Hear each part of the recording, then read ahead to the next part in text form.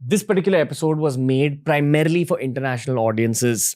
I promise you, when it comes to World War II, you won't find such a comprehensive podcast on the internet. This man's knowledge, this man's know-how, and just the amount of data he's able to retain in his own mind. We have spoken about the chronology of World War II, but we've also gone on a lot of deep tangents. We've brought in conspiracy theories, we've brought in a sort of dissection of the world wars, and we've spoken about the modern day geopolitical impact that the two world wars had on our planet. Remember to follow us on Spotify. We're a Spotify exclusive, which means that every episode's available on Spotify 48 hours before it's available anywhere else in the world. This is Abhijit Chavda with his commentary on world history.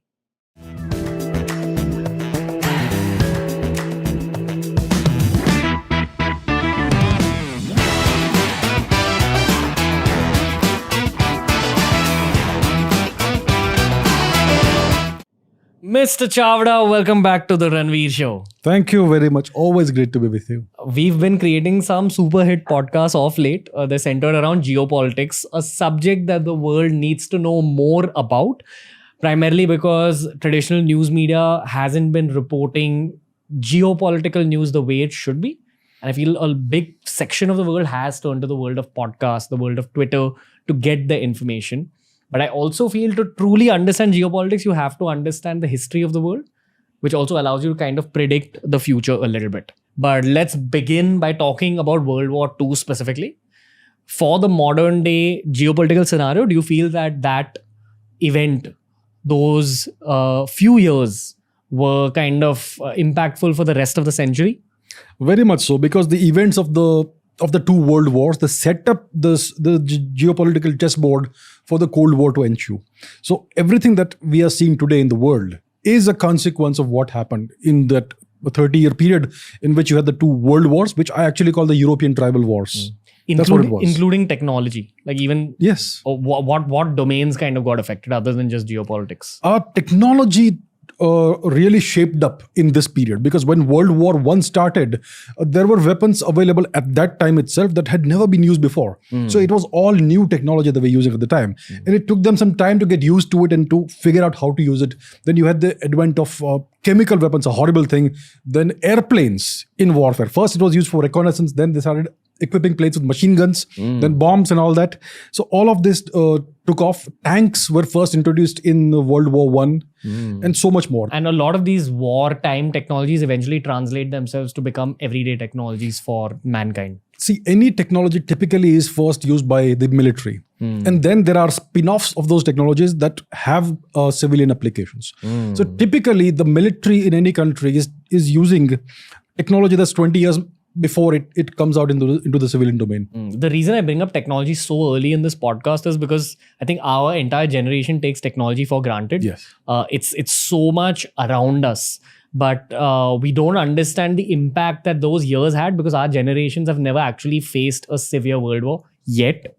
I say yet with a lot of caution. I think our last episode was about World War III and its possibilities. We'll talk about that probably in the next episode. We'll address this whole World War III angle again. Right now, let's get back to World War II, the 1930s, or as far back as you want to take it. Where would you start this whole World War II story, sir? Yeah, the last time we spoke about Ukraine, I went back 2000 years. So let me not do that this time. I will go back to the 19th century. So World War I, so I call these two wars the European tribal wars. That's what, it's European conflict, old historical grievances and all that spilled out, and it kind of engulfed the world. But it was primarily caused in Europe, and the causes were European. So there were two wars. The first war was called the Great War. And then you had the second Great War, which they now call World War I and World War II. So World War I began in 1914. So to understand the causes, you have to go back in time. Let's go back at least 50-60 years. So Europe has always been a place of great conflict. There's always been these conflicts between various kings, emperors and all that. So typically conflict goes back, the root cause of conflict is territory, it's power. So historically, Europe has been a feudal place. Feudal lords ruled various dominions in Europe, and the power, it came from land. They owned vast tracts of land, and the real power came from the agriculture that happened in this land. So they had complete control over agriculture. This is before the Industrial Revolution. So the great lords, the great kings, emperors, they would own massive amounts of land, and everybody who lived on that land was peasants, and they would pay taxes to these people in the form of typically agricultural produce or something else. So that is where, and they had armies to control these people. So, and previously they also had slavery. So historically, that was the source of power of the great lords and kings and emperors. Then the Industrial Revolution happened, and then what happened is the entire society changed. The power and the money, the source of wealth became industries. And most of the industries were concentrated in the urban centers. So then the peasants were incentivized to move to urban centers. New rich people came up, and the old power structure was kind of shaken up, and that caused a lot of conflicts. Who did the industries sell to? All the rest of the world. The industries were about creating new technologies, and they would typically sell it to armies, to the people. Okay. Right, to the people. I mean, people want things like light bulbs or whatever. I'm just giving a random example, but lots of new things came up. Transportation, steam engines, cotton, producing cotton in a industrial manner, in a mechanical manner, instead of doing it by hand. So that also, I mean, people need these things, right? In the past, peasants were very poor. They used to wear ragtag clothing. Now they also aspired to wear good clothing and all that. So you could produce that in a cheap way and sell it to peasants and make money out of that, and that sort of thing. So the society changed because of all these massive changes that came about due to the Industrial Revolution. I have to stop you there just for a second, because I feel that the point of podcast is what your history books don't teach you anywhere in the world. Two questions, and we've brought this up in our previous podcast as well. Do you think that secret society / Illuminati / a small group of powerful individuals were actually responsible for these decisions? Because when you read about this in retrospect, where one guy getting killed sparked off an entire war, it can't be as simple as that. And there have to have been other motivations for people to go to war. And often when countries go to war, it does boost the economy, like we've seen in the case of Russia and Ukraine. So were there actual underlying economic angles to this? That do you think, according to you, as a geopolitical observer, as someone who's very well read about history, what were the underlying intentions that we don't read about in history books? So the first question is about Illuminati. The second question is about this whole Britain angle. Do you think even they wanted the war back then? Do you think that keeping all this whole imperialistic world in mind, the colonies of the world, what was Britain's kind of game plan back then? So let's come to Britain first. Britain was playing a defensive game. They had a big empire to manage. They did not want to lose access to that empire. And they needed access to certain choke points like Suez, the Persian Gulf and things like that. They also were dependent on oil from Mesopotamia, from Kuwait, from present-day Iraq, that region. So they had a big network. They administered about 1/4 of the world's geography, and it was a defensive game for that. If things spiral out of control, they will lose access to certain territories, which will be a disaster for them, because empire is what matters. So Britain they did not want war. Okay. They were trying to, they were actually isolated. They did not care much, but then they were trying to kind of stop war if possible, right? So that was their stance. Now, Illuminati and all that, Europe was a tinderbox at the time. It was a tinderbox because of all these old rivalries and ethnic enmities and feuds. The Ottoman Empire had converted certain populations in Bosnia to a different religion, to the Islamic religion. You had Christians, you had Muslims in a certain region, and you also had old rivalries between these families, between these dynasties. So they all looked at each other with suspicion, with jealousy, with enmity. And all it needed was a spark to set the whole thing aflame. Kind of where the world stands right now, with China possibly on the verge of invading This Taiwan. is why we discuss these matters, because there are certain patterns which happen in a cyclic manner, like you say. And we may be seeing something very similar today also again. No? You know, this is why when young students say, oh, why should I study history? What's the point of history? One, it teaches you the art of storytelling. Two, it teaches you how to predict the future of your own race. Yes. So it is very important. And that's why even I want to revise this World War II and World War I kind of history. Okay, I'll let you continue, sir. What happened? Right. So the Archduke Franz Ferdinand was assassinated in Sarajevo. What happens is that the Austro-Hungarian Empire blames Serbia for that. Russia says we are allies with Serbia. Austro-Hungary asks Germany, is it okay if you go to war with Serbia? They say, go ahead. So they declare war on Serbia. In end of July 1914. They try to attack Serbia. They bombard Serbia, but it doesn't work. The Serbs resist stoutly, fiercely, and that goes nowhere. But now what happens is that Germany takes the opportunity. They declare war, kind of declare war on two sides. On Russia and on France. Now, the Germany-France region, there's a whole old history there. The Germans had annexed some part of France in the last war in the 19th century. So the French had some debts to pay there. But the German-France border was very well fortified. There were very strong French fortifications. So the Germans went through Luxembourg and Belgium. The moment they enter Belgium, the British said, we have assured Belgium's neutrality. You have broken that. So we need to get involved in this. So the British get involved. They send troops to France and all that. So that's what happens. Now the Germans, there's something called the Schlieffen Plan. The Schlieffen Plan was that Germany would advance through Luxembourg, through Belgium from the north and then invade France and take Paris. So that happens. They go through Belgium. There's a very strong Belgian resistance. Then the British also get involved. Then these guys come all the way into France. And there is the battle of the Marne River. There's a river called the Marne. Terrible, terrible battle. And then they try to take Paris, doesn't work out. And then over time, what happens is that there is trench warfare that happens. So both sides dig in, they create trenches. In these trenches, they go from the North Sea all the way to Switzerland. You got to give a little context on trenches. So trench warfare. So what happens is that both sides, they dig trenches against each other. Maybe they are 50 meters apart, maybe 100 meters apart. You can hear the other side talking, but you are dug into your trenches and then you can fight each other for months at a time. It's terrible. It's oppressive. There are rats, there are dead bodies. You can't remove them. It's horrific. Disease of all kinds, and typhus and cholera and whatnot. So this is what happened on the Western Front. The line was frozen for a very long time. On the Eastern Front, what happens is that the Ottoman Empire allies with Germany, with Austro-Hungary, and they declare war on Russia. So in the Caucasus region, they try to invade Russia. Doesn't work. It's a disaster. The troops freeze to death in the thousands, tens of thousands. Ottoman troops. That doesn't work. They try to bomb Odessa, Sevastopol, these places which are currently at war right now.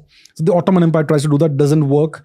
Then the British land an Indian expeditionary force in Kuwait to try and take Mesopotamia, present-day Iraq. That kind of ends in a disaster. Our people die in that. Fighting the Ottoman Empire. On the side of the British. Mr. Mohandas Gandhi was actively involved in recruiting millions of Indian soldiers for this. I think about 1.5 million Indian soldiers fought for the British in this war. Right? So what happens is that there is internationalization of the conflict. Yeah, that's actually what's not spoken about. Yes. Even in Indian textbooks, I remember studying World War I and World War II, once in the 5th grade, once in about, I think, the 8th or 9th grade. And nowhere was it mentioned that there was a lot of Indian troops. I won't say Indian, I'll call it brown troops, subcontinental troops involved in these battles. And how when they say British took part, it was heavily actually subcontinental troops. There was a lot of subcontinental involvement in this British India. About 1.5 million Indian troops, British Raj troops, fought for the British, died for the British. Then there was a British attempt to reinforce the Russian position. To do that, they had to go through the Turkish Straits. This was a plan hatched by Winston Churchill. So there are two narrow choke points in Turkey, the Dardanelles and the Bosphorus. The Bosphorus Strait and the Dardanelles Strait. So the British tried to land an expeditionary force at the Dardanelles. That ended in complete disaster because of a Turkish general called Mustafa Kemal, who became eventually the dictator and the father of modern Turkey. So this guy stopped the British and he defeated them over many months of horrific fighting, terrible fighting. So the Ottoman Empire is involved. They try to invade Egypt and take Suez. That again is defended by the British because they need that for access to India, and the Ottoman Empire fails there. So there's a lot happening. Then Germany and France are still fighting. Italy gets involved because they are on the side of the Allies, not on the side of Germany. And they start fighting the Austro-Hungarian Empire. There is a certain river whose name I forget. They fought like 12, 15, 500, 800 battles there. Never moved. So that went on for a very long time. All kinds of sides are involved in this. So like in the same way that the British used subcontinental troops, I'm dead sure they must have used all like troops from other colonies as well. Yes. And similarly, did the other European powers also bring all their colonies into play? Indeed. That's why they now call it the First World War. Because the Germans, they had possessions in Africa. Togoland, Cameroon, German Southwest Africa, which is now called Namibia. There was an Eastern territory as well. So all of this got involved. The French had many possessions, colonies in Africa. They recruited about 1 million soldiers, black African soldiers from there, and made them fight in the European War. So everything got involved. The Germans had possessions in the Pacific, islands that they possessed. The Japanese got involved. The Japanese were on the side of the British at this time in World War I. The Japanese took over various German islands and possessions, and a German possession in China as well. Australia and New Zealand took over some other German territories in the Asia Pacific region. So everything got involved here. The whole world is kind of involved in this. Other than South America? Other than South America, yes. There was action near South America also. German warships, they fought the British Navy near the Falkland Islands. And there was a naval battle there also. So everywhere there is something or the other happening, some action happening. Then what happens is even Bulgaria got involved in this on the side of the Germans and Austro-Hungary. And then Austria-Hungary and Bulgaria together invades. In 1915, they invade Serbia. And they defeat Serbia. The Serbians have to escape through Albania and get out of their country. So Serbia was destroyed, defeated, and a lot is happening over here. The Germans had a very powerful navy. They had pioneered undersea warfare. They had submarines called U-boats. They used to operate in wolf packs. And the British imposed a naval blockade on Germany. The Germans used submarines to fight the British Navy. Wow. Yeah. The Americans were supplying Britain with all kinds of materials, all kinds of foods, because there was a war going on. There was no means to produce all of that in Europe. So the Americans were supplying Britain with this. The Germans went into the Atlantic and they started sinking the American ships. So America gets pulled into the war now. So America protested. Then the Germans toned it down for some time. But then they saw that the British are being reinforced constantly by the Americans. So by 1916, 1917, the Germans again went all out and started attacking all these supply ships. Now, what happened here is that the Americans, they were helping the Allied powers through sending them arms, ammunition, and food. Because of this, the Allied powers, especially Britain, became heavily indebted to the Americans because they were buying all this on credit and they would eventually have to pay it back. So eventually the Americans got fed up of the German thing and they also got involved in the war. Then the Americans got involved. They slowly entered the fray in Europe and slowly the whole thing was shattered. The Ottomans surrendered. The Austria-Hungary Empire also surrendered, and eventually the Germans were made to surrender. There was a revolution in Russia in 1917. Two revolutions. In the first revolution, the Tsar was forced to abdicate and a provisional government came to power. They continued the war. Then there was a second revolution, a Bolshevik revolution, which eventually gave rise to the USSR. And after the Bolshevik revolution happened, they said we will not fight. So the lines were frozen on the eastern side. The Germans and the Russians, they signed an agreement, no more fighting. The Russians were able to concentrate on the west, but eventually they were defeated there. So then there was this armistice, the Treaty of Versailles, in which the Russians were not involved, the Germans were not involved. The Ottoman Empire was destroyed, divided into small pieces. Yeah. And there was a Turkish war of independence that Mustafa Kemal Atatürk fought and won, because of which Turkey is one single country. Otherwise, it would have been broken into pieces. The Austro-Hungarian Empire was dismantled. Austria came out of it, Hungary came out of it, various other states, Czech Republic, Slovak Republic, and so much more, was carved out of this Austro-Hungarian Empire. Germany lost lots of territory. The country of Poland was created out of this, and including some Russian possessions. The Germans were blamed solely for the entire war. They were made to pay very, very heavy reparations to the other powers which they had fought with. And this was a complete humiliation. And a young Austrian soldier fought on the side of Germany. Yes. And that's where the seeds of World War II were planted. Yes. So the Treaty of Versailles was a disastrous thing for Germany. Big humiliation. This man, Adolf Hitler, fought in the World War I. He carried that humiliation with him. The German army was reduced to 100,000 soldiers maximum, no more air force, and all kinds of restrictions were placed on Germany, right? And the villain here for Germans was Big Daddy Britain back then, I'm assuming. Yeah, Britain was the one that gained a lot out of this. Yeah. And so there were a number of powers, Britain, France, etc., who all were part of the Treaty of Versailles. And then something came out of this, which was the League of Nations, which was kind of the precursor to the UN. But the US was not part of it because the US Congress did not ratify the Treaty of Versailles or something. Now what happens is that in the post-war era, Germany is not destroyed because none of the fighting has happened on German soil. So they are able to restart their industries, which were already going on. But because of the enormous reparations they have to pay every year, the economy is stuttering. The German mark becomes deeply devalued. Like it becomes like 1 trillionth of its original value. Hyperinflation. Yeah. Then the Americans even send loans to Germany to repay the reparations. What was in store for America back then when World War I was happening? I'm sure there must have been some motivation to even take part in the war or to help Britain. It can't be as simple as, whatever, we were allies once upon a time. There's got to be some economic angle. They were the China of back then in some ways. So the Americans are the original capitalists. Everything is money. They saw a great opportunity to make money, right? So they had this limitless land in which they produced all these crops like wheat and all that. So they sent lots of that to Europe to sustain the Allied forces and lots of arms and ammunition, weapons and all that. They sent to Britain and France and these countries, right? So they benefited a lot from this. They became the major economic power in the world after the end of World War I. By the time the World War ended, they were the major economic power in the world. And they had limitless resources, right? Then you had the German economy went down. There was hyperinflation. Then there was a Wall Street crash of 1929 in New York, in Wall Street. That caused ripples all over the world.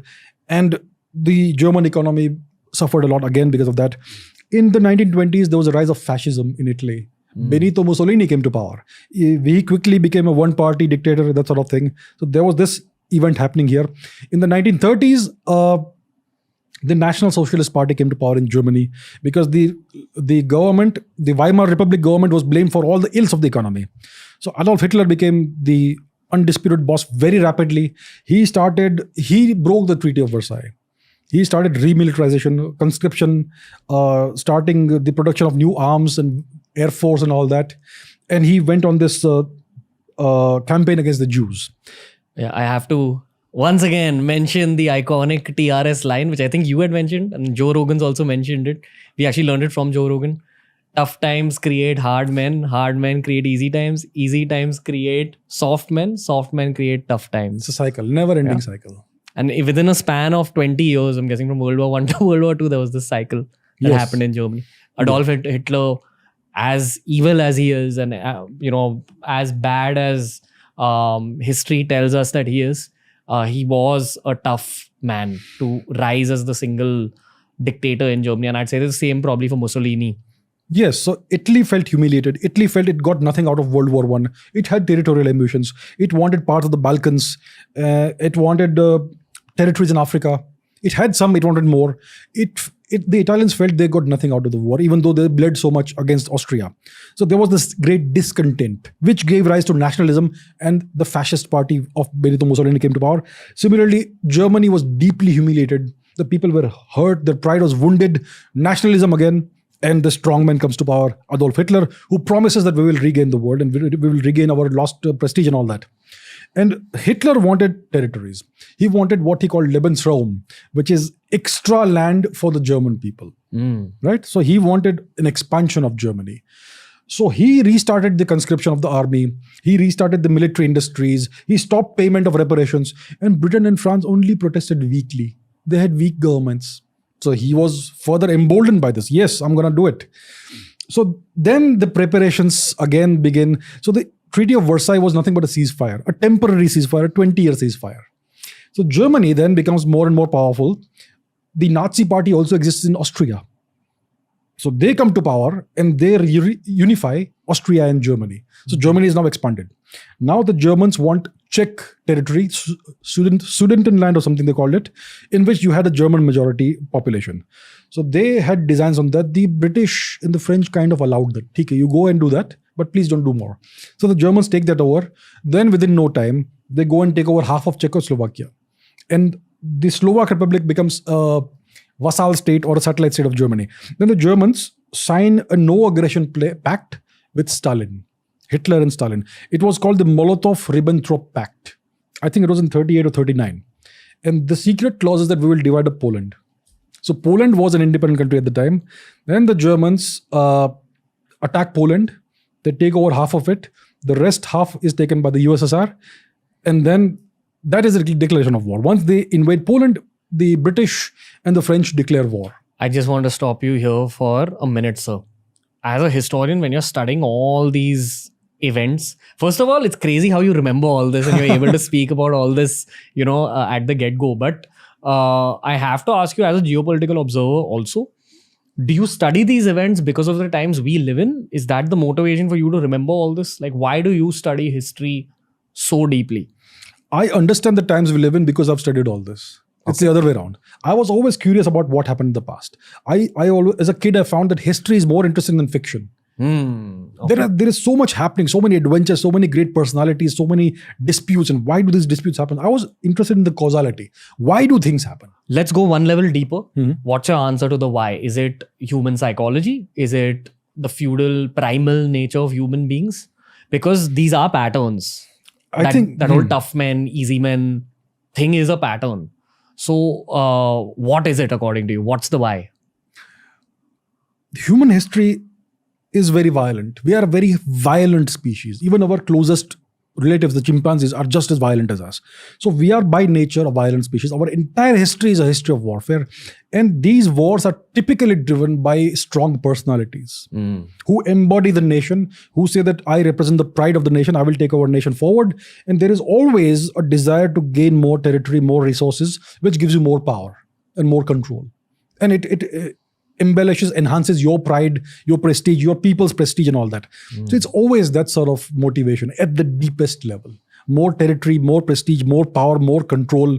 I want to conquer the world. I want to be the king of the world. That sort of thing, But in the modern day with the internet, do you think the nature of human beings or human motivation has changed? Because you don't think it's changed Nothing at has all? changed. Nothing at all. Okay. Do you think human beings are becoming better with time? Like, do you think the newer generation will be more gentle, or do we just follow historical patterns? These are cycles. I mean, you go through cycles of great peace for a few decades, and then the human nature comes out again. Even in peacetime, if you see the social media and all that, people are fighting and sniping at each other. People do talk about compassion and peace and love and all that, and patience and progress, but those are a few random lone voices of reason. It would be great if we don't have war, but unfortunately, human nature is such that we are greedy. We want more. We are not satisfied. And when you have an army at your disposal, that greed takes a different form. You will actually act on it because you have that power. People who will obey you unquestioningly, that represents power. And when you have people like that, you will make them do what you want, what your people desire. And people always want more. So that's how it goes. Unfortunately, it's a cycle that never ends. Yeah. I know this is very off topic and we primarily have non-Indian viewers, hopefully, for this podcast, but I still will bring in one Indian element from Vedanta. The Bhagavad Gita is basically a collection of the 4 Vedas. It's a kind of boiled down version of the Vedas. And the Vedas and ancient Indian knowledge speaks about our realm as the Bhulok, which is sort of a medium level planet where there's good and bad. The goal is to meditate and spiritually progress up to the point where your soul earns its nirvana or moksha and you become a Buddha and your soul leaves this planet. But to be able to get there from an evolutionary standpoint, it takes a lot of effort to break out of the maya or the simulation that this world is. And now when you put this in context right next to war, where such terrible things are happening, we've just begun talking about World War II, which in my study of history is probably the worst phase of human history. I don't know, would you agree to I that? agree, yes. The worst things that have ever happened during World War II. It just makes you think of human nature. And while, yes, we might be a medium planet, like they say that there are heavenly planets and there are hellish planets and we're somewhere in the middle, sometimes narratives like World War II make you believe that we're not a middle planet, we're probably a hellish planet. But would you agree to that? I mean, what kind of evil does it take to burn up entire families, to ostracize an entire race of people? I don't know what kind of an internal evil it would take. Joseph Stalin once said that a single death is a tragedy. 1 million deaths is a statistic. So when you are thinking at that scale, you stop thinking about the human element. You're thinking in terms of kilometers. You're thinking in terms of territory. You're thinking in terms of how much I've gained and how much I've lost. When you are governing a country of 100 million people, I think it happens to these people invariably that they stop thinking of the human cost of warfare. I mean, World War I was terrible. World War II was way worse than that. Horrific. The amount of human suffering that World War II saw was unimaginable. All kinds of brutalities, atrocities. And when you're sitting in an office and directing things, you don't see that. Right? And so you don't feel that. It doesn't hit you at a personal level. And I think people just disregard that. Yeah. There's so many movies about World War II, and I'd love some recommendations before we actually head into this section of the podcast. World War I, there's not too many movies around it. 1917, have you watched it? I haven't watched it yet. Oh, so you should check it out. Okay. Like one of my teammates forced me to watch it, and it's one of the masterpieces in filming. It's a one-shot movie. It's shot as if, it's shot continuously. Single take. Yeah, single take movie. Incredibly done. But because it's one shot, makes you feel like you are placed in that World War I scenario. And it's so terrible. They've shown trenches. They've shown going into no man's land. Right. They've shown going from one part of the war land to another. And it just makes you question why a second World War would happen after these kind of atrocities. But then again, human nature. Unfinished business. That's what it was. Okay. Yeah. Okay. Go on, sir. Where was I? We were at the invasion of Poland. Would you like to recommend any movies before we move on? When it comes to World War II? I think Saving Private Ryan was a good one, which kind of put you in the middle of the action. The first sequence itself is quite harrowing. The invasion of Normandy. Yeah. So that's one that I can remember off the top of my head. I've seen so many more. Many of them are old, like The Longest Day, The Purple Flame. There are lots of movies about this. But the one that immediately came to mind was Saving Private Ryan. Yeah. The first movie I saw about World War II was The Great Escape. The Great Escape, yes. And Sylvester Stallone, Pele, all those guys, right? It was like this really old movie. I think it was a 50s or 60s movie. Yes. And it's about concentration camps. Yes. It was about how one of the prisoners in a concentration camp escapes. It's like this whole heroic thing, but they've shown the reality of concentration camps back then. Yes. And there's so many narratives about World War II. It really makes you think about this whole concept of history being worse than fiction. Yeah. And this is fiction based on a historical event. What could reality have been? Then there's so many classified documents, like the whole Dr. Mengele angle, the Japanese experiments that were done on Chinese. Yes. This was the worst time in human history. And how did it begin? So it begins with the German invasion of Poland. The Germans and the Soviets divide up Poland, roughly half-half. And that's when the declarations of war happened from the Allies. At the same time, Japan has been active in Asia. So the Japanese, in the 1930s, they conquered Manchuria, many parts of Manchuria. And then they had two options. There was one school of thought in the Japanese army that we should take the Eurasian part. I mean, they should go from the north. So take over Mongolia, take over parts of the USSR, the eastern part of the USSR, and go westwards from there. The other school of thought was go from Southeast Asia, from the sea route. So the Japanese fought in 1939, I believe they fought first the Mongols, and then Mongolia was a satellite state of the USSR. So there were some border clashes in Mongolia. Then there was a clash between the Japanese army and the USSR army. The Japanese were defeated badly. So the entire thought of going from the north evaporated. The Japanese decided to go south. So they started conquering Southeast Asia. Like the USSR, why do they always win these battles? Like, do they have a historic, kind of track record of being a winning nation? The USSR wins because it has inexhaustible territory and they are willing to throw as many men as necessary into the battle.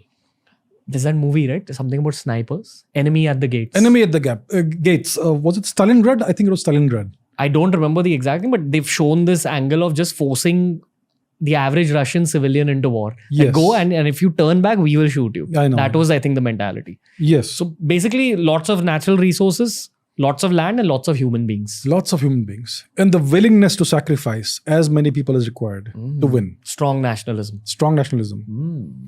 So the Japanese, they took over, they started taking over Southeast Asia. Indonesia, Malaysia, Singapore, they came to the doorstep of India. So that's a different story that will come later. So the war happens in the Pacific also. It begins there, right? From Japan. They take over parts of China. There's a civil war going on in China this time. So they start taking over China, the eastern part of China. They do all kinds of atrocities in Nanjing and so on. There's a whole Asian angle to the war. Now coming back to Europe, the Germans and Soviets take over Poland. Then the Germans declare, so the British and the French declare war on Germany. USA is still not in this, right? Then the Germans, they do the same thing as they did in World War I.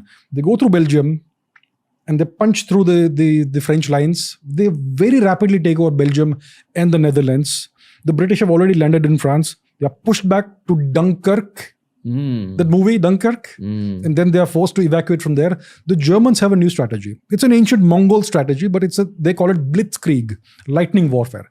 So they concentrate all their firepower in one point in the defenses of the opposite power, and they punch through it with lightning speed. They also have the Luftwaffe, the Air Force, massive, and the most modern Air Force in the world, the Germans. I think we should sit on this topic a little bit. While war is all about atrocities, war is also about strategy, and any war strategy can often be applied in life as well. I'd love for you to break down Blitzkrieg a little bit and break down the power of the German Air Force, because I feel like that was a massive element of all the successes they gained during World War II. So the Germans were always technologically advanced. They were innovators, right? So they developed a whole range of different airplanes. Stukas, Henkels, Messerschmitts, and these are some of the names that come to my mind. I've read this like when I was a kid. So they had all the most advanced aircraft, fighter aircraft for that time. And so that was one component of their military power. They had massive numbers of these airplanes. They had the most advanced tanks, the Panzer tanks for the time, very good tanks. So they had that, thousands of these tanks. And they had these strategies. The strategy was very clear. You are facing an enemy, you're facing fortifications. Don't diffuse your firepower. Don't strike at different places and try to punch many holes into the enemy's defenses. Concentrate all your firepower in one place, breach that wall, then just smash through it and advance at lightning speed, hundreds of kilometers in a week. That's the kind of advance they wanted, and they achieved that. What happens to the troops on the side? They're left behind, and then they can be encircled from behind, outflanked, and taken out. So that's the strategy they would use. I think the business equivalent here is focus on one game at a time. Focus on one game at a time. Focus on one problem at a time. Solve that. You have to see which is the weakest point in whatever problem you're attacking. Look at that and solve that. So there are a lot of parallels between warfare and business and life. The same strategies and tactics you use in warfare can very much be applied in business and in life. You just need to know how to adapt those tactics and strategies. When you say in life, you mean people skills, right? Like in rooms, networking, people etc. skills, planning your next 10 years, planning your next 5 years. What are the problems you're facing, the personal problems you're facing, the business problems you're facing, people problems you're facing. Everything is applicable in real life. Keeping that in mind, let's also talk about Adolf Hitler, sir. There has to be a reason this person rose to power. Yeah. But taking away nothing from the atrocities committed by Adolf Hitler and the Nazis during World War II, I just want to touch upon the possibility of there being an alternative history that we're not taught in history books. And I think you're the right person to ask this to. Do you have a different, possibly controversial take on Adolf Hitler and his atrocities, or what we are taught in textbooks based on your own research? Or do you think that he's as bad as our textbooks portray him to be? See, I don't think he's worse than Stalin or Mao. Stalin ended up killing more people than Adolf Hitler. Mao Zedong killed way more people than Adolf Hitler. Winston Churchill killed more Indians than Adolf Hitler killed Jews. But we demonize Adolf Hitler, and we kind of, even in India, worship Winston Churchill because we're not taught the truth. So there's always shades of grey, and it's not all black and white. Of course, Hitler was evil. Of course, he was a monster. But he was not the biggest monster. He was not the biggest shark in the pond. Churchill was worse. He was brutal. He was a Hinduphobe. He was an Indophobe. He killed so many Bengalis and he siphoned off the wheat that India was producing, which should have gone to Bengal, and he sent it to Greece. And Mao Zedong killed way more people later on during his career in China. Stalin killed way more people than Hitler, but we demonize Hitler. I'm not saying we should not demonize Hitler, but he was small fry compared to these other people, actually. Right? So that's an interesting perspective we from India can see, and the West won't talk about it. My other perspective is that if Hitler had fought on the side of the US, today the Nazis would be the most stylish people in the world. Look at the uniforms, how stylish they are. I think it was Hugo Boss probably that designed the Nazi uniforms. Today that style is frowned upon because it evokes the Nazi era. But had Hitler allied with the US, today he would be regarded as some great hero. The winners always write history, and they portray things the way they want them to. We had Anuj Dhar on the Hindi podcast. You've also had him on your show, I believe, who's dedicated his entire life to studying Subhash Chandra Bose. And he spoke about how hiding Subhash Chandra Bose's life, as in telling the public that he's actually died, or even when we speak about Mahatma Gandhi, like we did on the last Hindi podcast. Mahatma Gandhi is celebrated, though he very likely committed a lot of wrongs that are not reported in India or the rest of the world. Why is this? According to you, it's because of geopolitical intentions. There are powerful people in powerful places that don't want the general public to know the truth about Mahatma Gandhi. I would highly recommend you check out the Hindi podcast if you haven't already for more on this topic. But sir, I want to ask you that what post the war, okay? And of course, we'll get back to the events and all that, but post the war, why did they paint Hitler as badly as they did? Why has he become the face of evil in human history? There has to be some geopolitical angle here as well. See, the world, the past 400-500 years has been dominated by a single category of people, the Anglo-Saxons, the English-speaking empire, so to say. The British Raj, the British Empire was clearly an empire. After World War II got over, the headquarters of the Anglo-Saxon Empire shifted from London to Washington, D.C., but the empire remained the same. So it's a single, today you call it a superpower, but it's nothing but an empire. They have their dominion all over the world. So the empire has never died. The empire still exists. And they dominate the narrative, and they dominate everything that we understand about the world. So because Hitler fought against their empire, that's why they have to portray him as an evil person. I'm not saying he was not evil. Of course he was evil. He killed 6 million Jews or whatever the number is, and gypsies. But had he fought on their behalf, they would not have said the same thing. Because there are so many other dictators that they have worked with. You know, there's this saying, I think it was Henry Kissinger who said this, that guy may be a son of a bitch, but he's our son of a bitch. So we don't talk bad about our people, even though they might be doing the worst atrocities possible. Like Winston Churchill. Winston Churchill, for instance, and various other dictators in Africa, in South America, Latin America, and other parts of the world. Saddam Hussein was an American creature for the longest time, until the Americans felt that they had no more use for him. And then they went to war against him, and so on. So this is a pattern that happens again and again and again in this context. A big part of war is writing media narratives about the enemy. Propaganda is very, very important, extremely important. Which is what we see with Zelensky and the whole Putin angle. See, media is just propaganda. Especially when it comes to Western media, they are only repeating the state-approved perspective. The freedom of speech is okay as long as you say what they want you to say. Western media is very monochromatic. I'm talking about the English-speaking media, even the various countries that are now part of the US-led bloc. Germany is a US vassal state. It's under US occupation since World War II. Japan has been under US occupation since 1945. It is still under permanent US occupation. Same goes for South Korea and so on. So the perspectives you see there are the sanitized, state-approved perspectives. That's how it is. We don't realize that. We think there's freedom of speech and all that. No, that's not quite the case. Let's dial back again to the timeline we were on, which is Hitler. And I do believe that we need to speak about two people in particular. The first is Hitler and this whole Aryan theory, where it originates from. Because again, the Indian context is, didn't he have sort of a tiny pact with Subhash Chandra Bose as well? Then that's against the Aryan theory, that they were racist. Again, I'm not defending the Aryan theory or racism. I condemn it as much as you do, an offended viewer I'm speaking to. But I want to dig a little bit deeper. Is this propaganda? Do you think the Aryan theory was an actual thing? Why did they use an Indian swastika to represent this? What's your take on this whole racism angle? So if you want to come to power as a nationalist, you have to create a mythology around yourself. a mythology around yourself and your people. You have to convince the people that you are superior. You have been wronged, and I am the guy who will right the wrongs. That's how you come to power. So that's the classic strategy that Hitler used. So he needed a big symbol for his political orientation, for his ideology and all that. So he chose the Hakenkreuz, which is the hooked cross. The German word for that symbol is the Hakenkreuz, the hooked cross. It is not the Indian swastika. It is not the sacred swastika. It is only after the war that the British and the Americans attached the Sanskrit word swastika to the Hakenkreuz. In Europe, across the world, the swastika has always been a symbol of positivity. It's a very ancient symbol.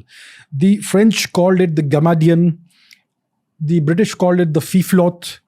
The Germans called it the Hakenkreuz, and so on and so forth. There were lots of local names for this symbol. It is an ancient Indo-European symbol. And even in Africa, you find it. Even in the Americas, the Native American traditions, you find the swastika. Even in Japan. What does it represent? It represents auspiciousness. It's a symbol of auspiciousness and positivity. It's a holy, sacred symbol. You see the swastika anywhere in India, it's a good thing, right? And similarly in Japan, if you go to Japan today, if you go to Google Maps and you search for Shinto temples or Buddhist temples on the map in Japan, they will be marked with swastikas, even today. You go to Mongolia, the swastika is an extremely holy symbol. Go to China, it always was, before the communist era, a holy symbol. All across Southeast Asia, all across the world. The Nazis under Hitler took that symbol, which they called the Hakenkreuz, the twisted reverse hooked cross, and they started using it as their party symbol, the Nazi party. The National Socialist Party, their symbol became that black, twisted, ulta swastika on a red background. So that is the thing. Now they also took another, they hijacked another Sanskrit term, the Arya term. So Arya in Indian culture means a noble person, a person with good qualities, a civilized person. The Iranians, who are offshoots of ancient Indians, they made it an ethnic term. They said, we are the Arya people, we are the Aryans. And the Indians and Iranians, if any ethnic group can call themselves the Arya people, it is the Indians and the Iranians, nobody else. But this guy Hitler, he said that we are the true Aryans. The Aryan invasion myth comes into this fake thing that everything came from Europe, right? So he said that the whiter you are, the more Aryan you are. And we Germans are the supreme master race. We are the true Aryans, us and the Nordic people. That's it. So he created this mythology that he fed the German people, that we are the master race, we are the superior race, we should be ruling the world, we have been wronged in the past, and I am the man who will take Germany out of all this, and we will be supreme again. So that was the mythology he created. And that's the whole Aryan controversy. Today, if you go to the West, you cannot even speak the word Aryan because it means Nazi. And you cannot display a swastika even though it's a symbol of auspiciousness, because it only has one connotation, the wrong connotation. It's become a symbol of white supremacy also. All of that. Because people who still worship Hitler, they'll have Nazi, the Hakenkreuz tattooed. You see lots of people in Ukraine with those tattoos today. Really? Absolutely. And it's for the same reason? That is white supremacy. Okay. They believe in Nazism. Ukraine is being currently denazified by Shri Putin. So the Western audience may not like to hear that, but that's what's happening. So there is a very strong Nazi element in Ukraine, which dates back to the 1930s and 1940s. Which is the period we're talking about. And this is based on geographical expansion of the Nazi party? It is because the Ukrainians in Western Ukraine identified with white supremacy, identified with the Nazi ideology.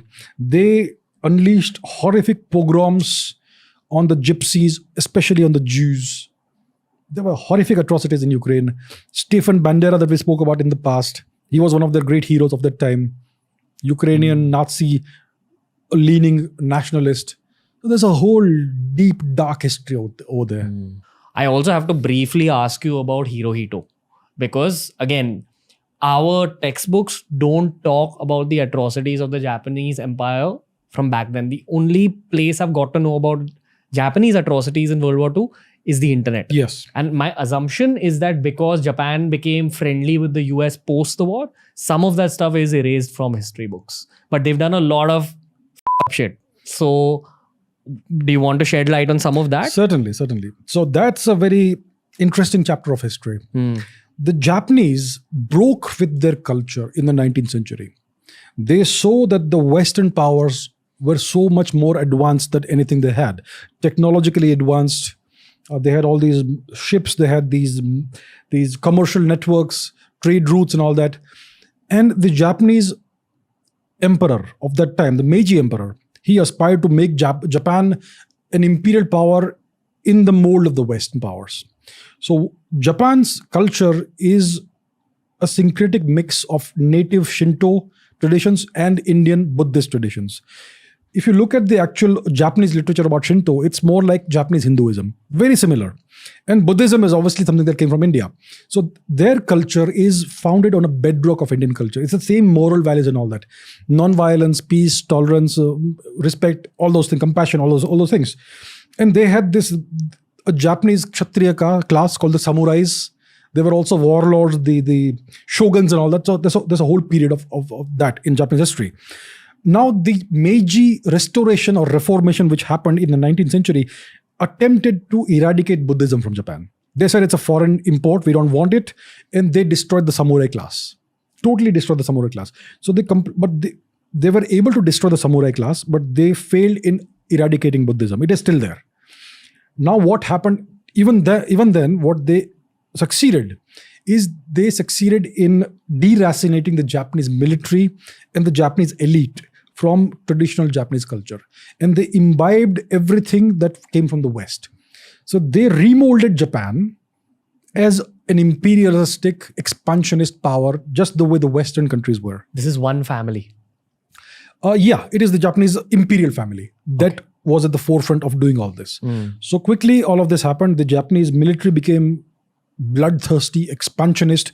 The Japanese, when the Chinese talk about the century of humiliation, right? The opium wars and all that. The Japanese also demanded similar concessions from the Chinese, just like the Western powers were doing. They also demanded territory. They captured territory. And the Western powers, the British and the Americans, were very impressed with the Japanese. Oh, how civilized they are. They're behaving just like us. So the Japanese, they broke from the tradition. They became an amoral, mercantilist, expansionist power in the 19th century, in the second half of the 19th century. That continued into World War I. They fought with the Russians. They expanded into Manchuria post-World War I. And in World War II, they took the side of Germany. And then they went on this rampage across Eastern Asia. So they had become completely immoral, and they displayed no compassion. I think they were also extremely fascinated by early forms of bio-warfare. Yeah. Like when we talk about Dr. Mengele in the concentration camps and all his experiments on human beings, basically torture.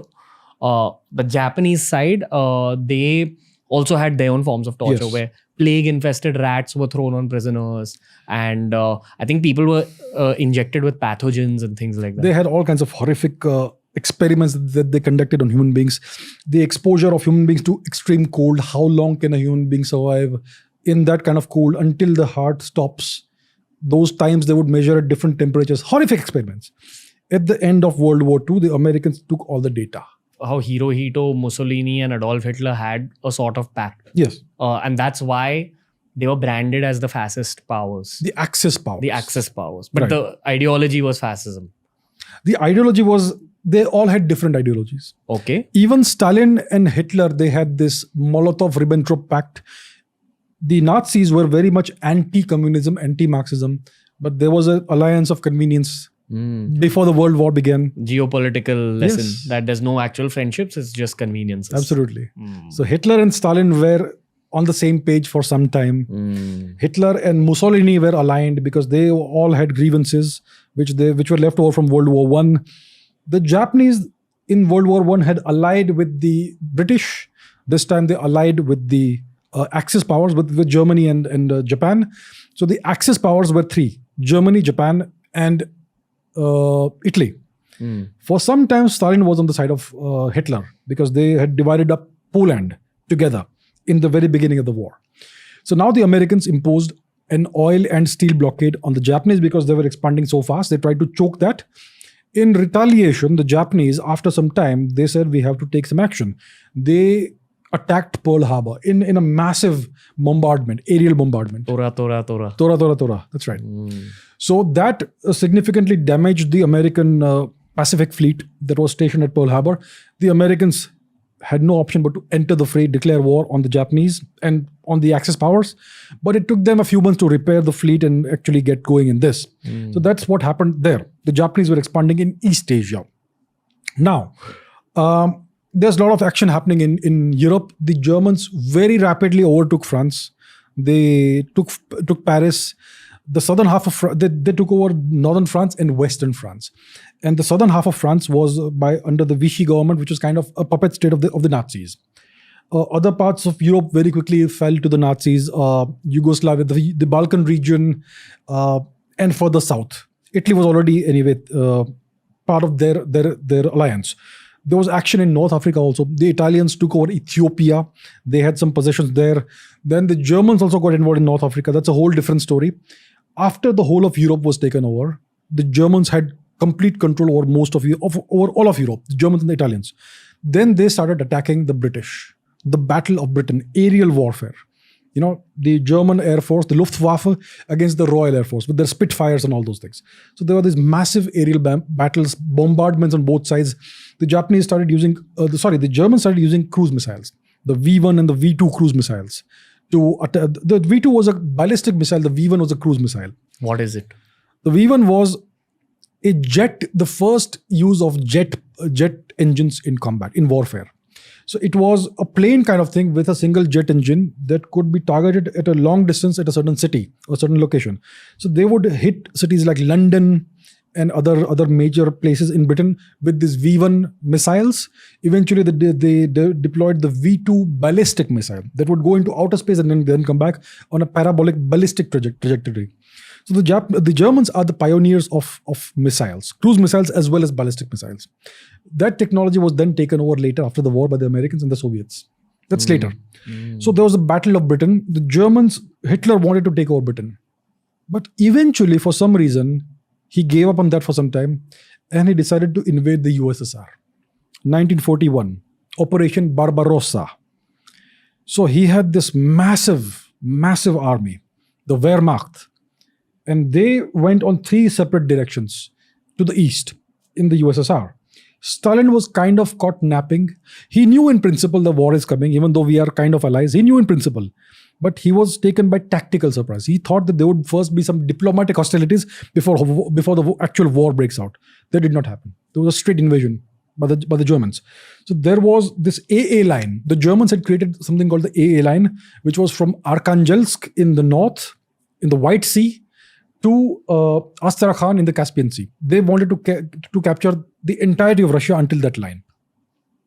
So one German army went south, one went towards Moscow, one went north. And that was massively successful. They used the same strategy, blitzkrieg, punching through the Russian defenses, massively successful. And they started making significant progress. Hundreds of kilometers in a week, that sort of thing. Right? So the Russians were falling back. They lost massive amounts of territory. But there was a major disaster in the German intelligence. In the first 3-4 months, the Russians lost about 3 million soldiers. 30 lakh soldiers vanished, all killed. And yet they had armies. The Germans thought that the Russians would have another 2-3 million in reserve. What they did not know that the Russians had about 14-15 million trained reserves, an inexhaustible supply of men. They were trained, they knew how to fight. The strategies and tactics weren't great because there were all these purges in Soviet Russia in which many of the top generals were killed off. But yet... By who? By Stalin. Oh, by Stalin? By Stalin himself. Because they were probably saying we don't want to go to war. Because he was paranoid and he wanted to reform or revise or whatever the army. He wanted to get rid of anybody who could be a threat to him in the future. So he killed off uncountable numbers of people in the 1930s. So the top ranks of the Red Army were depleted. So you did not have good leadership. But what Stalin did is that he issued a call to every soldier to fight for Rossiya Matushka, Mother Russia. You're not fighting for Stalin. You're fighting for your motherland. So these Russians, they fought. They fought like anything. They died in the millions, but they just kept coming.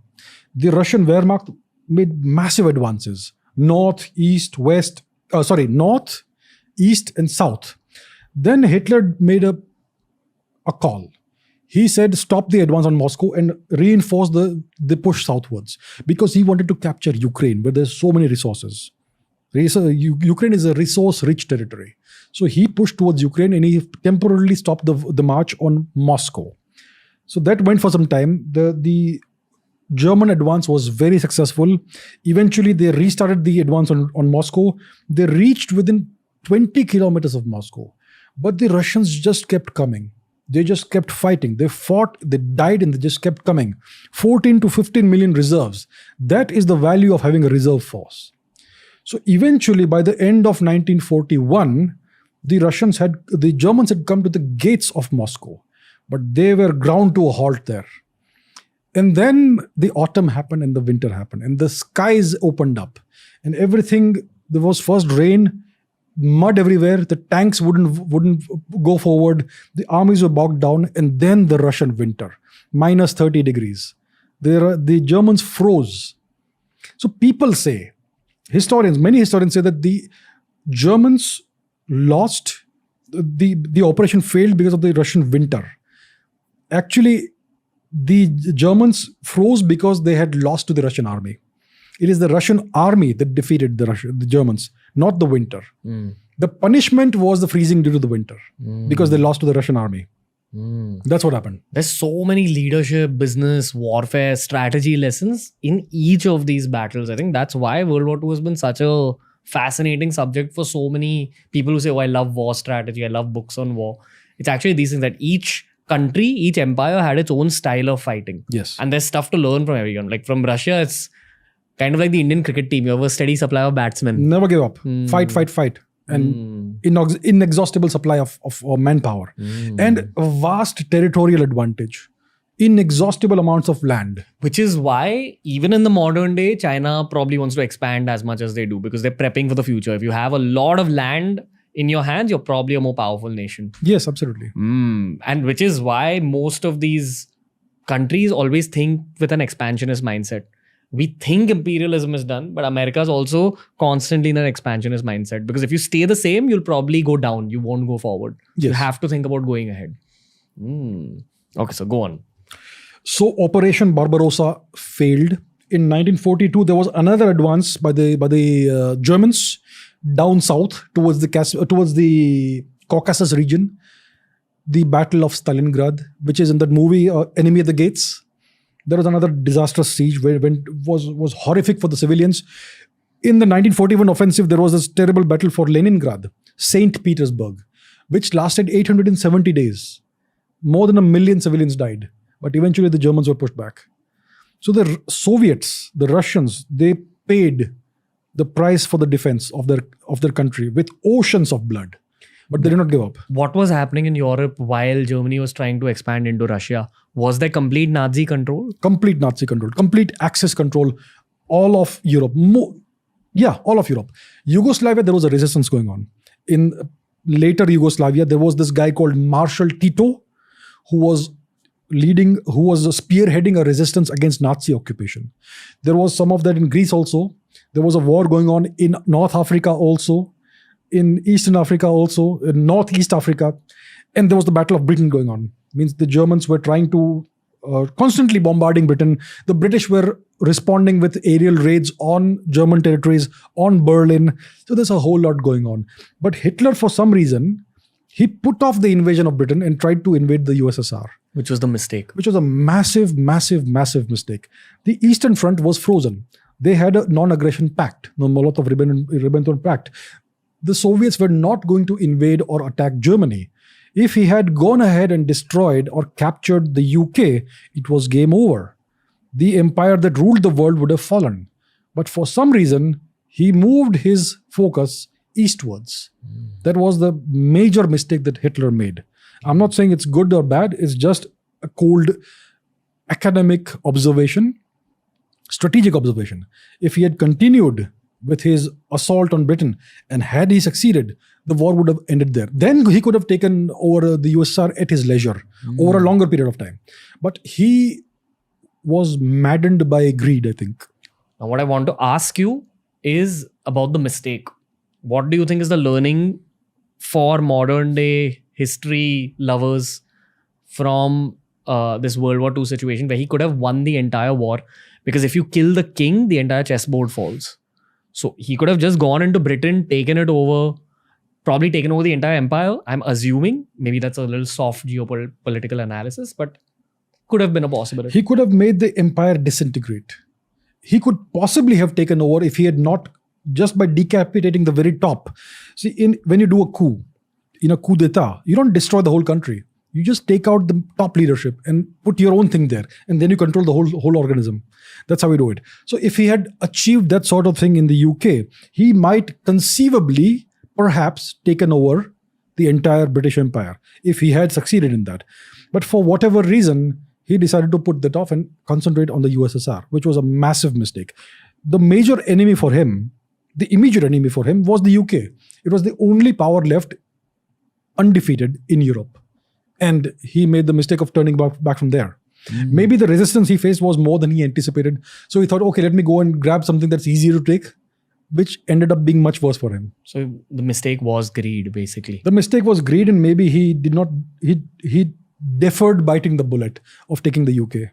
What was happening in India and all these colonies at this time? They were just supplying people to the war, nothing else. Endless supply of people. I think more than 1.5 million Indian troops fought in World War II. Maybe more. Definitely over 1 million. And so India was involved, Africa was involved, all these different territories were involved. There was fighting in Asia as well. The Japanese were advancing towards India. They wanted to take out India. They wanted to capture India from the British, the jewel of the crown. How do you think the Japanese would have been as a ruler of India? Maybe just as barbaric as the British were. The British were absolutely barbarians. We don't realize that because we are taught a very sanitized version of history. In the aftermath of 1857, they killed over 10 million Indians in just a few years. That is a horrific number. And the number of Indians they killed in engineered famines exceeds 100 million. That's what the British did from the 1700s until the 1940s. More than 100 million people, Indians, were killed. Innocent men, women, children were starved to death deliberately by the British. So the British were the epitome of barbarism, even though they pretend to be very classy and all that. The Japanese could possibly have been just as barbaric because we know what they did, their track record in Asia, expanding towards India, westwards.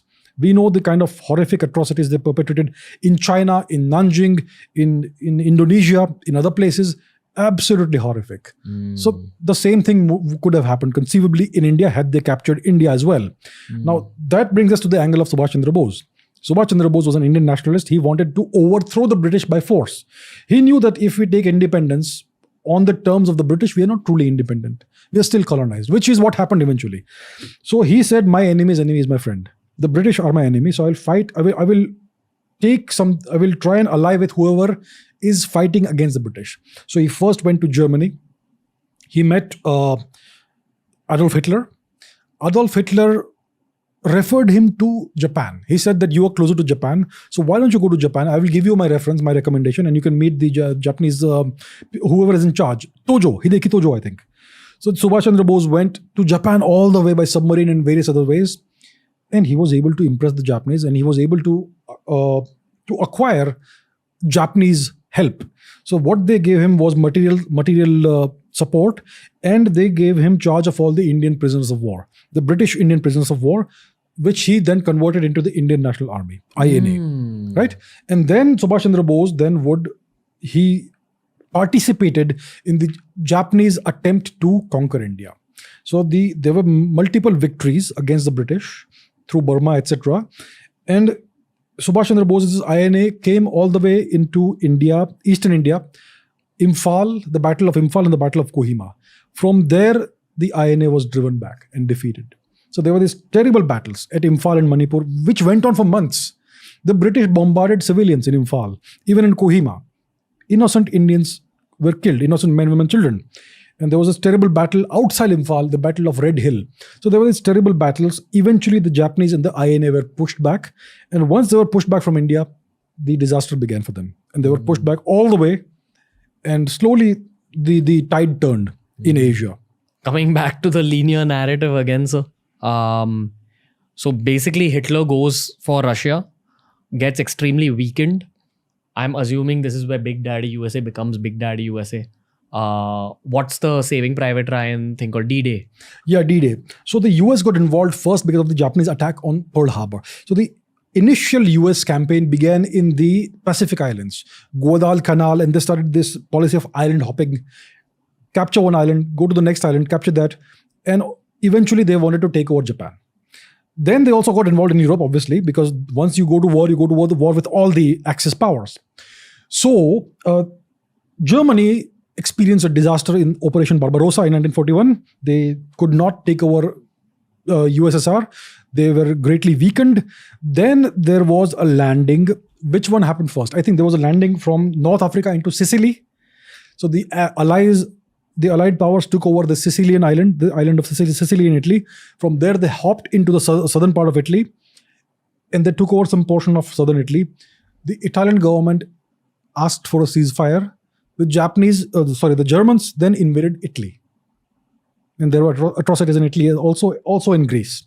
Then there was an invasion. The Germans had fortified the entire Atlantic coast of Europe. Massive fortifications, massive machine gun nests, cannons, and all that. And they were anticipating that there could be an invasion from the UK, which is still independent, which is still free. And that's what happened. Was it 41? Was it 42? Whichever year it is, the invasion of Normandy, right? Which is depicted in Saving Private Ryan. So a massive invasion force, probably the biggest naval invasion force ever assembled till then. It crossed the English Channel and landed on the beaches of Normandy, where a previous 1,000 years ago, the Vikings used to raid, right? So they landed on the beaches of Normandy, massive, massive casualties, but they were able to take a portion of the beach. And from there, they started expanding into France. That's where the tide turns because of the American presence. The Americans send lots of troops, ammunition, arms, all of that. That bolsters the Allied cause. They start taking over parts of France. The tide turns over there. And slowly, to make things shorter, they were able to liberate France.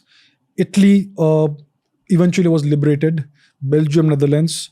The USSR then was, we know in 41 they were beating Germany. Then they started expanding westwards, the USSR. So the Americans essentially liberated France, Americans and British. But the USSR liberated all of Eastern Europe from the Nazis. Eventually in 1945, they were on the outskirts of Berlin. Hitler shot himself. And that's what's told to us. Yes, that's what told to us. We don't know what actually happened, but we've never seen the body or whatever. In the pictures, we are told that he committed suicide. He shot himself. His wife took a poison pill or whatever. And that's how the story goes, the official narrative. Let's dial back again and go on a tangent again. Maybe it could be a very tiny tangent. In the same way that we can learn strengths from the different countries. Is USA's strength money? Was money the reason they were actually able to be a part of the winning side? Money and probably being shrewd. The real reason the US has been so dominant is because they are untouchable. They have a vast expanse of ocean on each side. And they are the only power in the Americas, in North America as well as South America. Geopolitics. South America is constantly under strife. There's always drug wars going on, dictatorial regimes coming and going. Who engineers all this behind the scenes? Damn, son. Even in North America, Canada is essentially a puppet state of the US. Mexico, well, it's not a threat in any kind. More than half of Mexico is now part of the US. Texas was a Mexican territory. California was a Mexican territory. The Americans fought a war with the Mexicans and took over massive amounts of territory. They are the undisputed number one, the only power in the Americas. On the western side, or to the west of America, they have the massive Pacific Ocean. Nobody can reach them. To the east, they have the Atlantic Ocean. Nobody can reach them. And they have an entire continent-sized piece of land. Inexhaustible resources and no threats at all. And then they indebted the whole of Europe in World War I, World War II. And then they built up a massive, massive military and eventually took over the entire reins of the empire which the British had built. One quick question for you, and this is a geopolitical question. A very experienced sailor had once told me that oceans are actually at the center of geopolitics. What is the logic behind this? Is it because oceans supply food to growing economies? Is that the logic? Is it, naval pathways? What's the scene? Oceans are the home of the trade routes and the commercial routes. And whoever controls logistics can actually win a war. You have access to energy, oil, Okay. How does oil flow? Through tankers. That goes through the various choke points. And 90% of the world's trade happens through the seas. You control that, you control everything. That is the major reason why the oceans are critical to geopolitics. And the various choke points like the Suez Canal, like the Straits of Gibraltar, the Turkish Straits, the Malacca Strait, the Sunda Strait, the Strait of Hormuz, the various degree channels and the Lakshadweep Islands and the Andaman Islands, these are extremely critical to geopolitics. India controls two massive choke points, the whichever degree channel it is in the Lakshadweep Islands, and similarly one in the Andaman Islands. India also overlooks the Malacca Strait and the Strait of Bab al-Mandeb and the Strait of Hormuz. So India is in a God-given geographical position to control all of this. If only India would grow up a little bit. So that's why the oceans are central to geopolitics, to control of all the trade routes and the energy routes, energy supplies. Even back in the 1940s, this is the reason US. The past 500 years, it's been central to geopolitics. Maybe the lesson here is that winning also is because of some luck in some cases. You control these trade routes, you will have constant supply to all the resources that you need. If somebody manages to cut it off, you'll choke. So if somebody were to cut off the Suez Canal, the UK would have dried out and they would have lost had they not been supplied by the US. So they used to call the Suez Canal the spinal cord of the British Empire. It gave them access to India. You cut that off, it's over. They will lose access to India. So these geographical choke points are vital to geopolitics, and the oceans are vital because of these reasons. I still feel there's like a list of things to be learned from America. Yes. Probably a playbook that China is using in the modern day. Firstly, be rich and be capitalistic. That's the primary one for me, because I mean, to even build futuristic weapons, you need money. So the Chinese, they learned the debt trap diplomacy from the Americans. What is that? The debt trap. What the Chinese do is that they offer funds to various small countries. Sri Lanka, for instance. Okay. Massive amounts of loans they give, but at very high rates, predatory rates.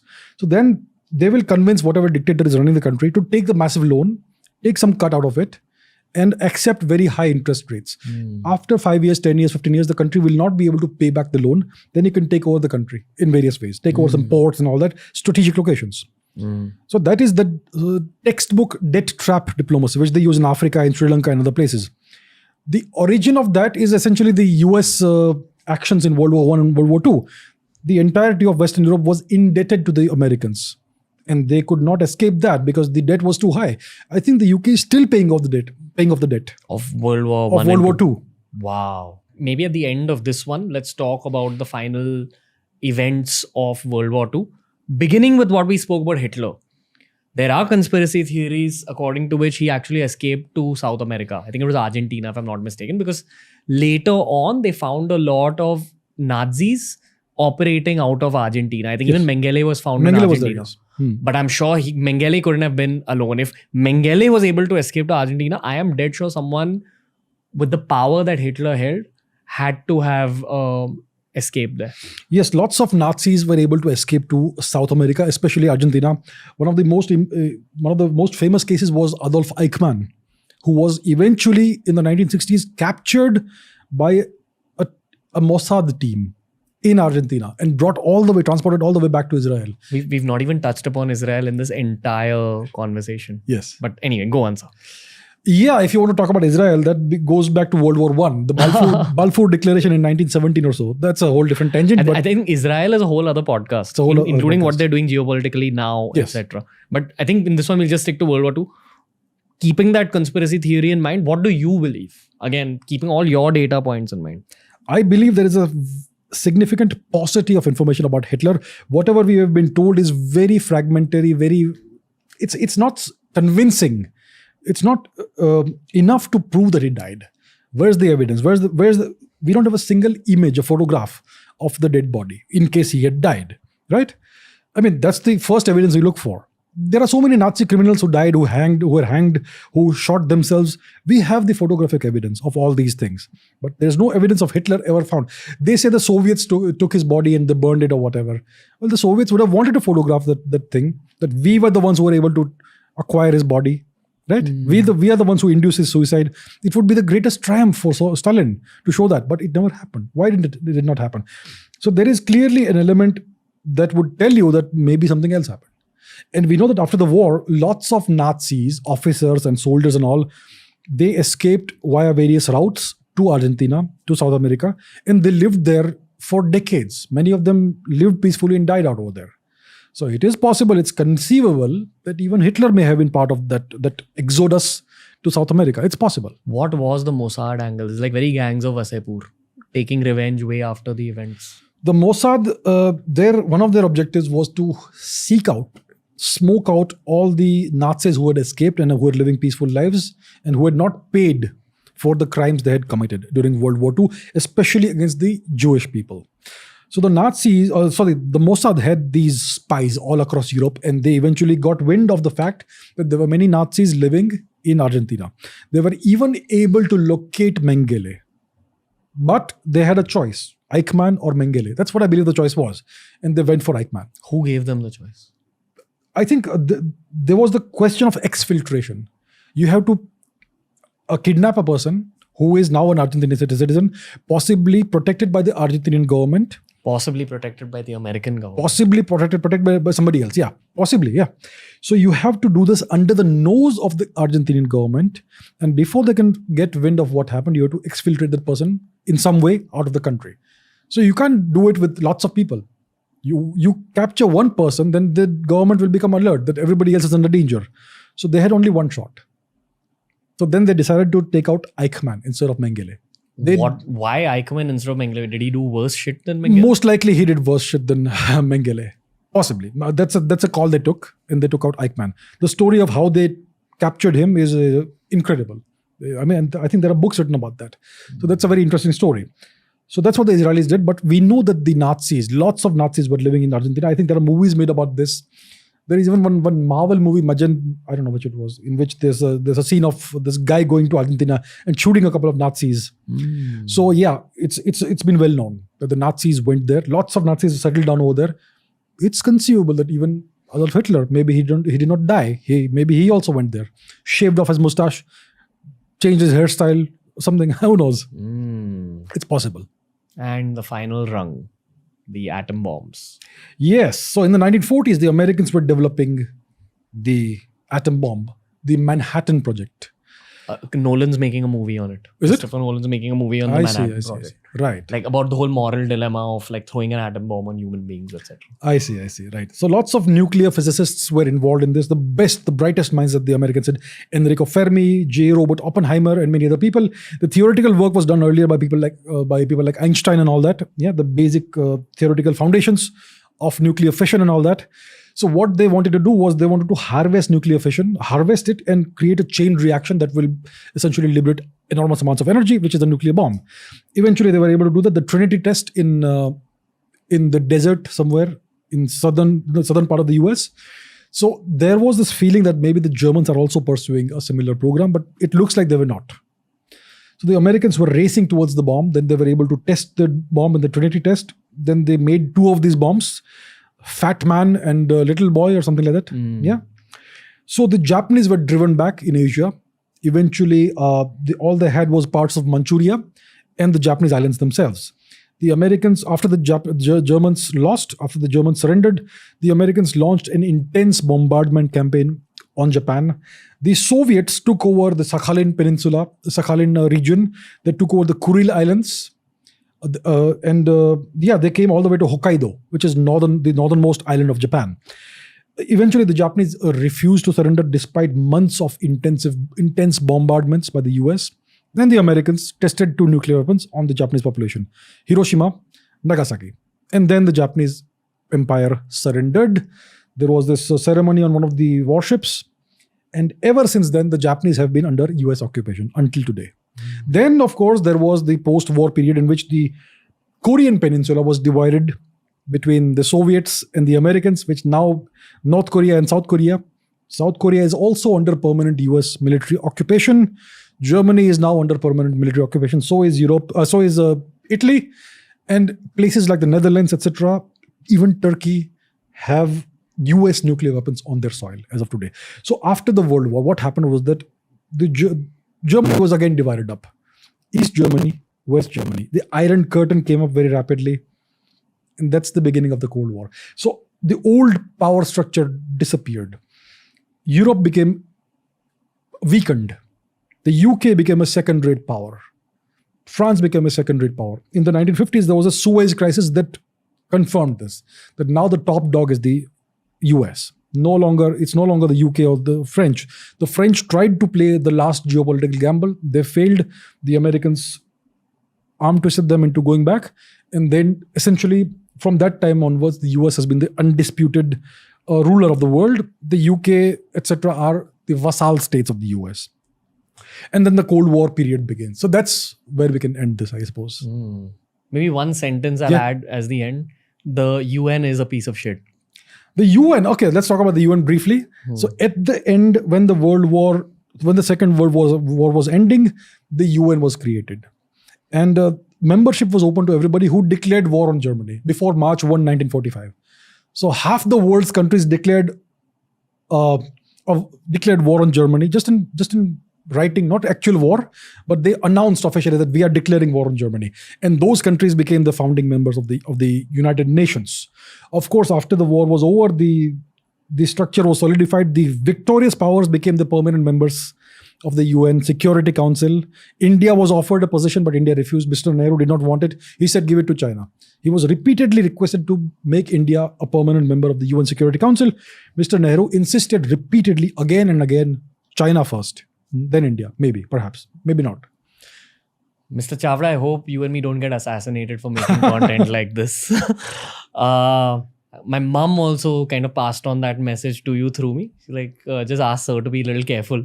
Both of you speak a lot of honest stuff, and human beings outside of politics or geopolitics are not supposed to speak of things like this. But we live in the age of podcasts and YouTube. We live in the age of correcting the history that we've been taught. And I feel we live in the age of calling a spade a spade. So maybe even if we get assassinated, well, at least this piece of content is on the internet forever. Do you want to end this particular episode in any other way? I think these geopolitical cycles never end. The end of World War I was the prelude to World War II. The end of World War II was the prelude to the Cold War. The end of the Cold War was the prelude to the multipolarity that we are seeing now, and things are moving very rapidly. These geopolitical cycles occur again and again and again, just like the dynastic cycles in China. So if you learn geopolitics, you understand what's coming. And maybe something new is coming now, because we are seeing a lot of movement geopolitically today in the 21st century, in the 2020s. This is the decade of rapid geopolitical change. I hope a new conflict does not arise, but it could. So, yeah. And for more on that conflict, go check out the last episode. Right now, sir and myself are going to head into the next one, which is called Dear America. It's for American audiences. So we've taken an active call to now create English podcasts purely for an international audience. Do you have any message for an international audience before we sign off? Anyone outside of the subcontinent? I think the major narrative that is prevalent outside the subcontinent is a certain narrative created by the Western powers. The whole of social media is owned and operated by a certain country. We know what that is. It's the US. And a certain narrative is propagated through that. I think the international audience should look for other neutral narratives, non-Western narratives. Maybe there's something to learn from that. Narratives from someone like me or someone like us, because we see history and geopolitics through our Indian angle, which is a non-Western angle. So it's always beneficial to approach a certain subject from multiple angles and then use your own judgment and wisdom to see what the truth may be. Because the truth is somewhere in between. We may see things from a certain perspective. They may see things from a different perspective. Maybe we are both right in some ways, both wrong in some ways. So it always helps to get new perspectives. Mr. Chavda, thank you for another brilliant episode. We'll be heading into the sequel called Dear America. Thank you very much. All right, so that was the episode for today. Make sure you check out the sequel episodes, which will be released in the following week. We've covered the events of the Cold War as well as modern day America in those videos. And if this is one of the first TRS episodes you're ever watching, I do recommend you check out the episode we did about the possibility of World War III, which is a modern day commentary on geopolitics. If you're an international audience member, if you're an international listener, I do urge you to share this podcast as much as you can. I do believe that India has a lot to offer to the world, be it from just a geopolitical perspective, be it in terms of subject experts, be it in terms of experiences. This is India's #1 podcast, and we're bringing you a lot more very soon. Follow us on Spotify. We're a Spotify exclusive. Every episode's available on Spotify 48 hours before it's available anywhere else in the world. The Ranveer Show will be back soon.